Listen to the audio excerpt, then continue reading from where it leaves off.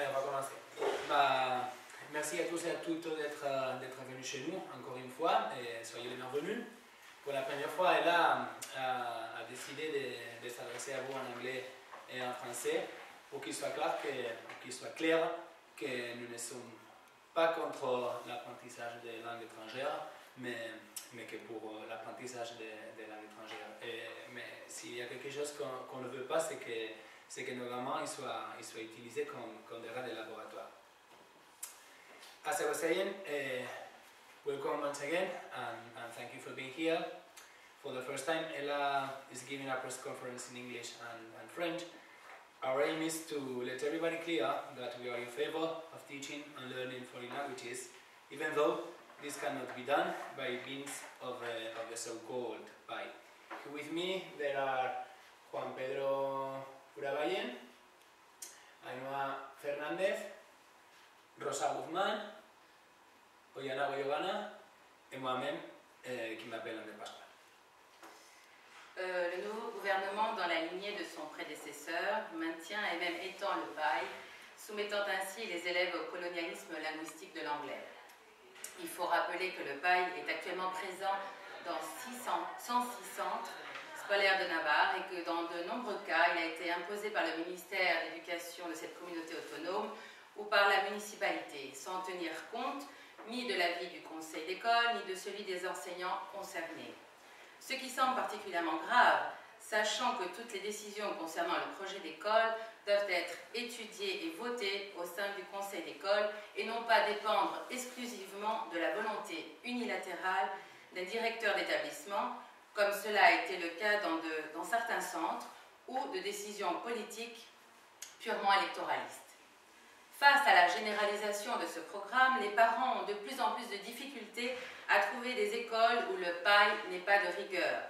Ce problème devient majeur dans certaines localités où il n'existe aucune autre possibilité que de soumettre au régime du PAI, comme par exemple dans la vallée de l'Aragon, où les parents doivent assumer obligatoirement une scolarité à 40% en anglais.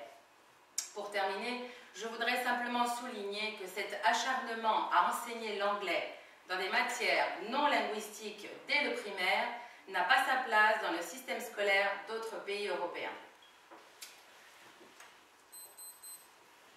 La semaine dernière, M. Mendoza est apparu au Parlement pour dévoiler les conclusions du rapport qu'ils ont nommé DISPAI et que nous appelons Dispairate.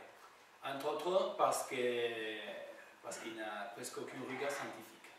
Tout d'abord parce que ce n'est qu'une compilation de perceptions, et en plus parce que seuls les professeurs de Centre PAI ont été interviewés et les 35 profs auxquels on a demandé leur avis ont été désignés directement par ces professeurs. Le plus grave, c'est que tout ceci a été fait avant même de connaître le résultat de l'évaluation académique du PAI. Mr. Mendoza presented the so-called DISPAI report in Parliament last week. We have spent much of our time analyzing it, and all the evidence in it leads us to say it should have been called Dispairate.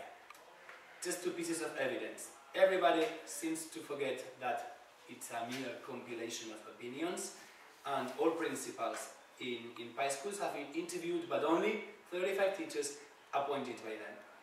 Besides, everything has been done before the academic assessment of PAI and its results in English and other curricular areas. An alarming progressive discrimination is taking place in the schools that attend to the students who cannot adapt to the foreign language immersion program. Besides the special educational needs that some students might have, now all of them have to face increasing difficulties due to the fact that more subjects are taught in English. The ones who cannot follow the learning speed are sent to join second-class groups in the immersion schools or even displaced to other schools with no immersion program. This is obviously increasing the social gap between children, creating two kinds of students as a consequence, the good ones and the bad ones. In 2014, a similar immersion program was paralyzed in the Balearic Islands. The high school drop and failure rates caused by the educational atrocity were decisive to cancel it and get back to teaching in the local languages.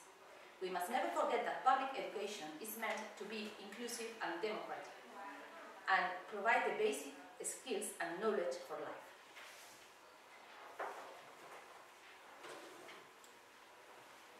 Aurreko gobernuetan erregimenaren politikak aurrera eraman zituzten goi karguak mantendu ditu gobernuak eta batzuetan saritu. Ikuskarien zerbitzu zuzendari orokorra dugu gaur. Giza baliabide zerbitzuko zuzendariak kargua mantendu du eta bere azpiko zeuden atalburu bat oraintxe zerbitzu zuzendari dugu. Beste atalburu bat idazkari orokor tekniko. 2016ko EPA ere aldatu dute eta azkenean maistrentzako 120 euskarazko plaza ezabatu dira. Zerrenda bakarrarena ere aplikatu gabeko printzipio demokratikoa, naiz eta mahai sektorialaren gehiengoaren babesa eduki, LAB, STEILAS eta ELA, hor geratu da aplikatu gabe. Gainera, AFAPnak EPEaren kontra departamentuak aukera eman duelako espezialitate berean euskarazko zein gaztelaniazko plazetara aurkezteko, AFAPnak EPEaren kontra jarritako errekurtso baten sententziak baieztatzen du plus bat dela bi hizkuntzak ezagutzea eta ez dagoela inolako bazterkeria. Ereduaren zabalkuntza ere, eskaintza zonalde ez euskaldunera zabaltzen da, baina oso modu ezegokian kudeatuz. Promoziorik gabe, gurasoei bermeri eman gabe eta matrikula berri hauen informazioa eta kudeaketa zentroen zuzendarien esku utziaz, ereduaren aurkakoa batzutan. Eta gero, Zapateroren dekretua.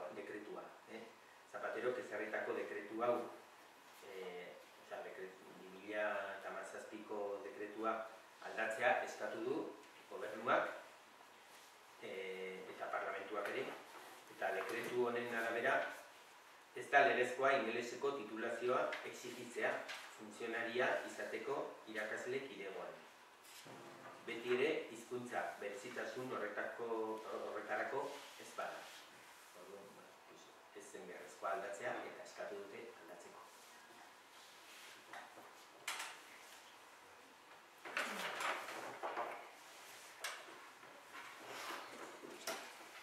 Baina ez dugu salaketa hutsak gelditu nahi.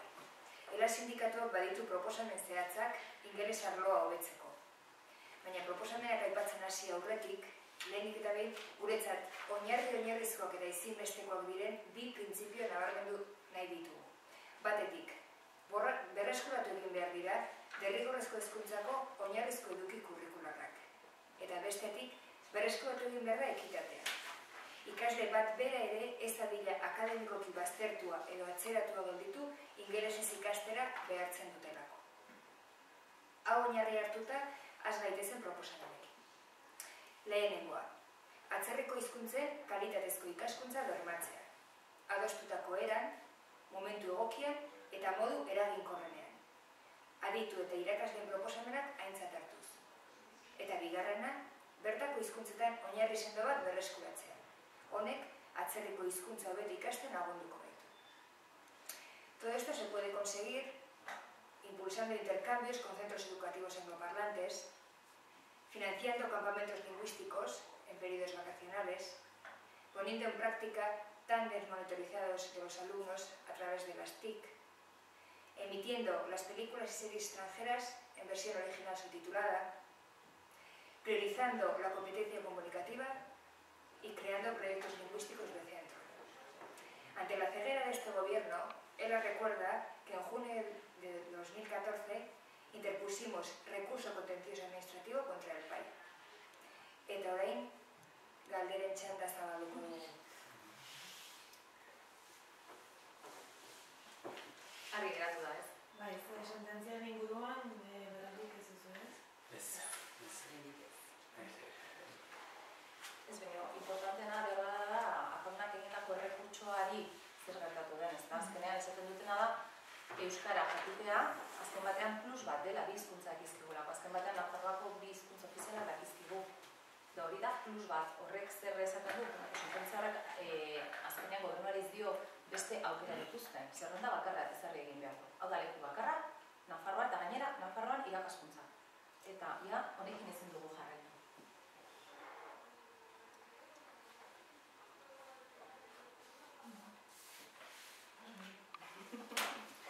Bestela. Oso inglés eta frantzes.